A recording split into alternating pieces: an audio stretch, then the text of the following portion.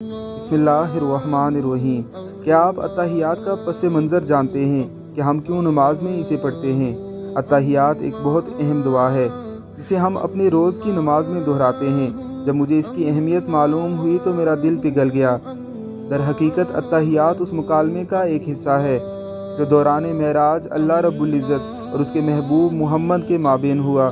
جب حضرت محمد مصطفیٰ صلی اللہ علیہ وسلم اللہ رب العزت سے ملے تو آپ نے السلام علیکم نہیں کہا۔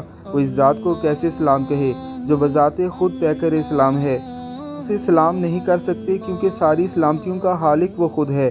لہٰذا رسول اللہ صلی اللہ علیہ وسلم نے عرض کیا، التحیات للہ والصلوات والطیبات۔ تمام زبان کی بدنی اور مالی عبادات اللہ کے لیے ہیں۔ اللہ رب العزت نے ارشاد فرمایا، السلام علیکہ ایھا النبی ورحمۃ اللہ وبرکاتہ۔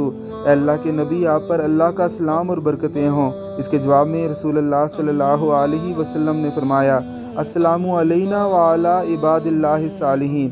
سلام ہو ہم پر اور اللہ کے صالح بندوں پر۔ آپ نے ہمیں یعنی کہ امت کو بھی اس جواب میں شامل کیا اور اللہ کے صالح بندے کہہ کر۔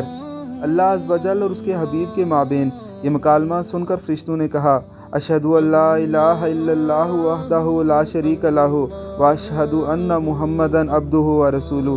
میں گواہی دیتا ہوں کہ اللہ کے سوا کوئی معبود نہیں، اور میں گواہی دیتا ہوں کہ حضرت محمد مصطفیٰ صلی اللہ علیہ وسلم اللہ کے بندے اور اس کے پیغمبر ہیں۔ سبحان اللہ۔ اس معلوماتی پیغام کو شیئر کیجیے۔ تخیل کیجیے کہ جب اور لوگ اسے جانیں گے تو آپ اجر پائیں گے۔ اللہ رب العزت کی ذات اپنی شان کے مطابق آپ کو اجر عطا فرمائے۔ آمین ثم آمین۔